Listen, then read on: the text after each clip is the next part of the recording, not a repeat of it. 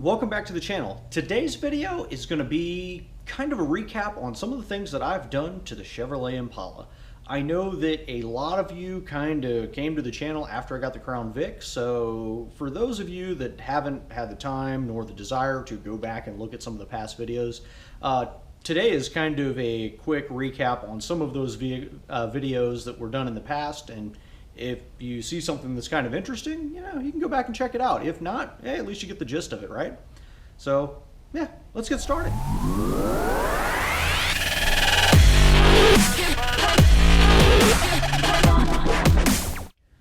All right, so I guess before we get going on that, I want some feedback. Do you guys like this angle a little bit better? I know that when I had the camera turned a little bit that way, I noticed in some of the videos, especially if it was really bright outside, you'd get this really weird glare, and it was almost like I had some weird like halo thing going on. So let me know what you think. I mean, do you guys like this? Did that other angle bother you? Would you prefer it from be this way, or just drop me a comment either way. But I guess circling back to the whole point of this video, let's talk about that 2010 Chevrolet Impala 9C1 that I have. Oh yeah. That vehicle, I got it a little over 2 years ago. Didn't really start making content with it until about a year ago, and spent a little bit of time last summer kind of making a few videos, kind of stopped for a while, and then got going again, I think in November or December, something like that of last year. And then got to really cranking around January, making pretty regular content for you all to take a look at. So kind of a quick recap of where we've been with that vehicle. One of the first videos I did was a dash cam type video where basically I showed installing a dash cam. I've got a Garmin in there. Some of my meetup videos, you've seen me use some of the footage from the car itself, which is kind of nice. It's nice to have that extra camera rolling. It's caught some interesting things here and there. I've got cameras in most of my vehicles. Don't have one in the Crown Vic yet. I'd like to put one in there. But I've found them to be very handy because I catch all kinds of interesting things.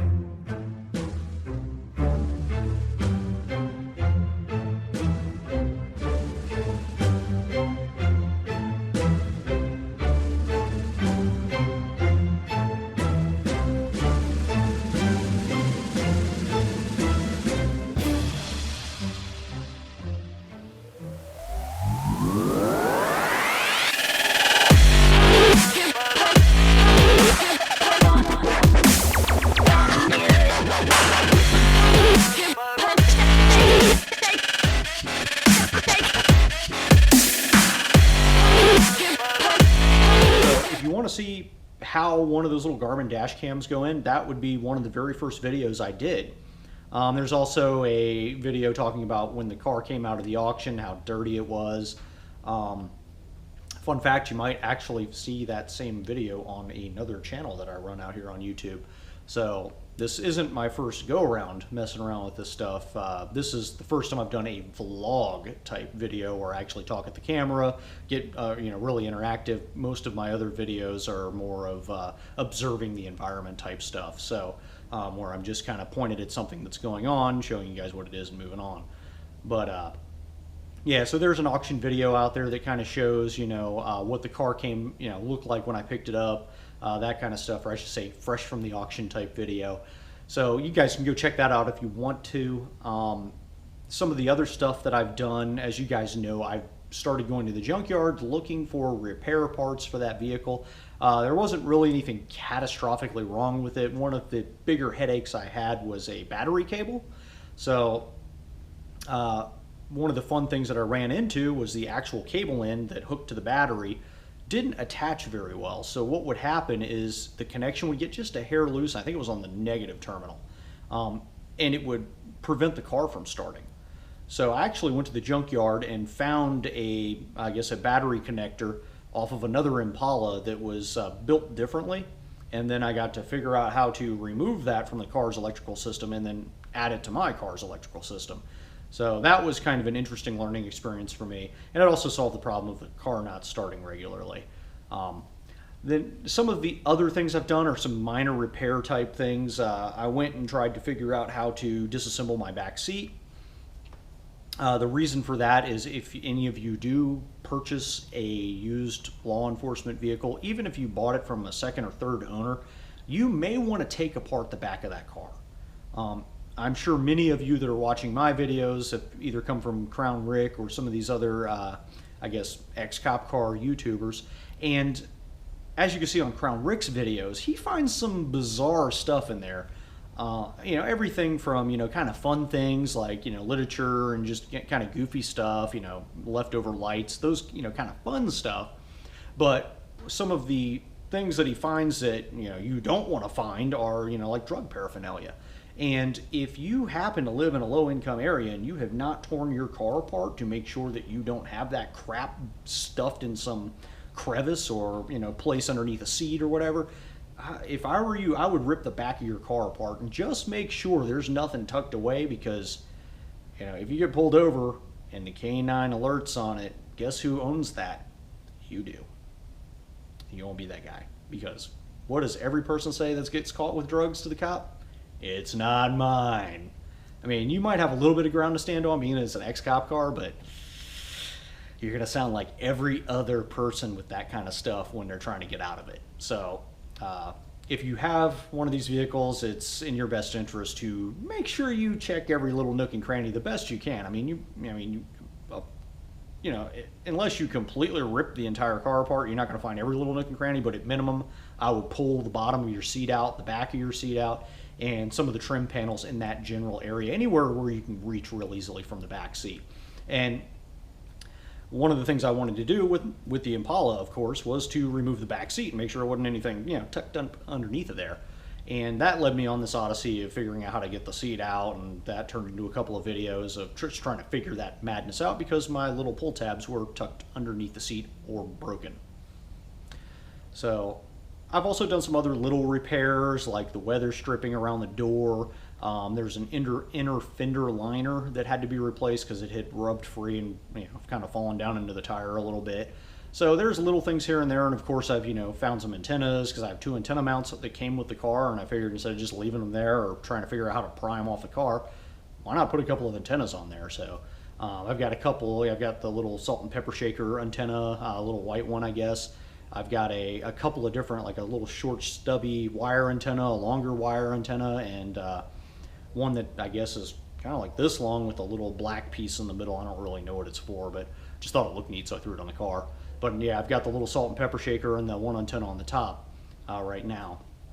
So you can kind of see all the different things. And of course, as you guys also probably know, I've done a lot of junkyard videos, out on my quest for parts, looking for random stuff out there, looking for different things for the vehicle. And, during my quests, I started discovering things like other Impalas had, some better options out there. And that led me to replace my steering wheel. So if you ever wanted to know how to replace an Impala steering wheel, I've got a video showing you guys how I did it. It may not necessarily be the right way, but it worked, and the steering wheel still attached to the car, and I happen to get audio controls out of that. So kind of neat, kind of cool.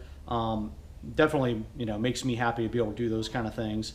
One of the videos that I guess I should probably do at some point is talk a little bit more about the center console, or the remainder of the center console that's in the car right now. Many of you have asked, what kind of pieces are left, what's going on with my center console in the Impala. What I have is the base plate of a Havas console. I guess when the sheriff's department decommissioned the vehicle, they pried everything else out of there, but looked at the base plate and said, we're not taking these seats out to remove this base plate. It can just stay there. One thing I might do in the future is if I can find a Havas cup holder, I may get a Havas cup holder and attach it to that base plate, because what I have found, and if you are thinking about getting an Impala or you already own an Impala and you have the 9C1 police package that has that little pile of junk cup holder, OEM cup holder thing in there, you will quickly figure out that that is not really a cup holder. It's more like a change holder or something else, because if you put anything in that cup holder and you hit the brakes, it's going to be on the floor. whatever you have in there is going to be on the floor. So I wouldn't use it.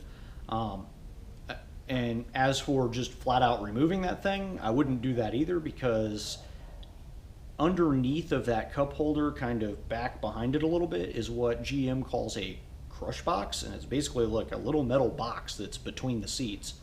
And from what I've read, that box is there so that if you're ever in a side impact collision, I guess the driver in the passenger seat, if that box wasn't there, whichever side got hit, that seat would just kind of go wherever it wants. But with the crush box there, it kind of absorbs that impact between the seats so that the seat, I guess, doesn't dismount or do something crazy.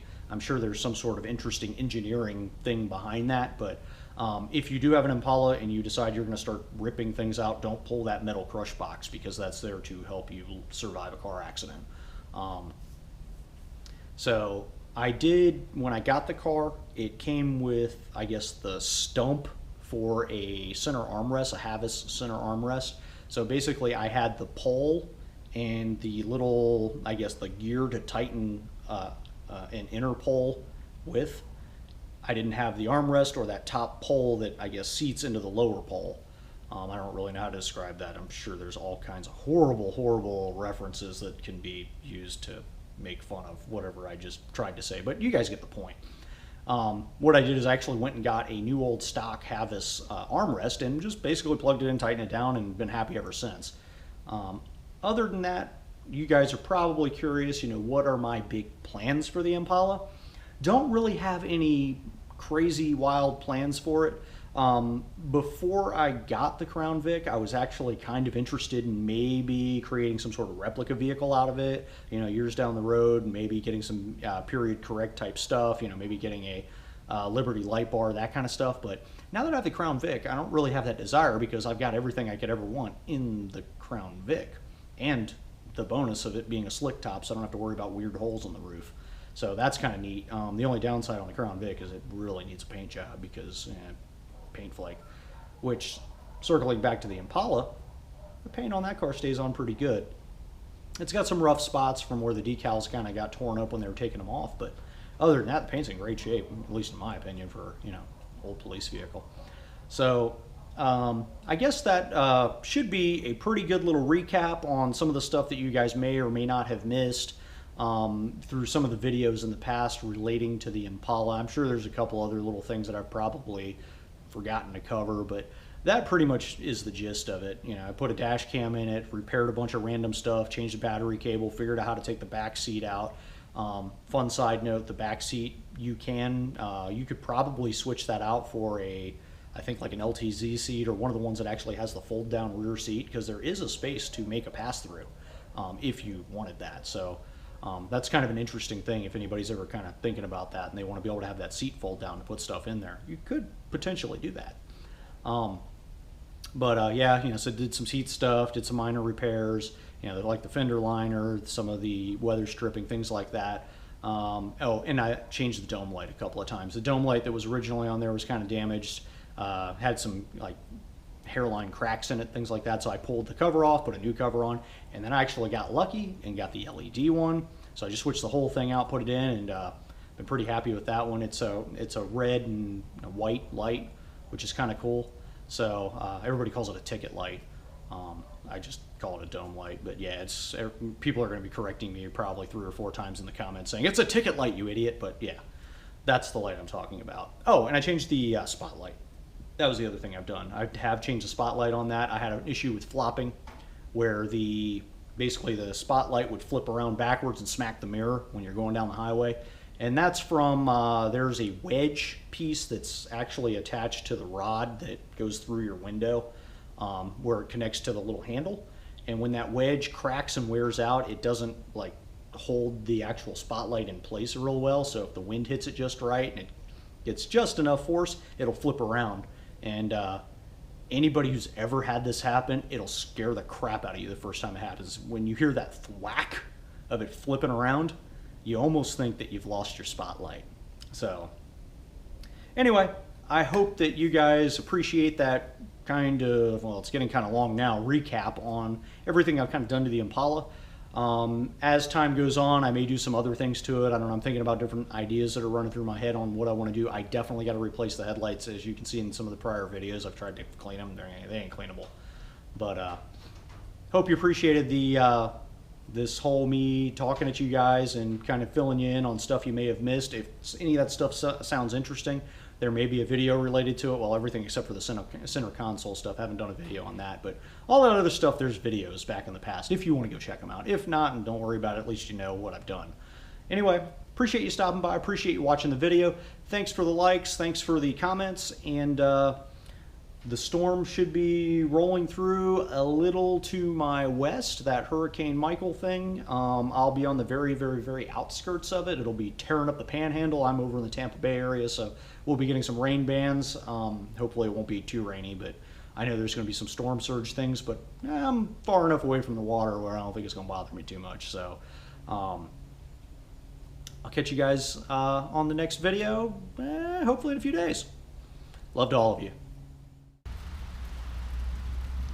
This is a perfect example of Florida weather.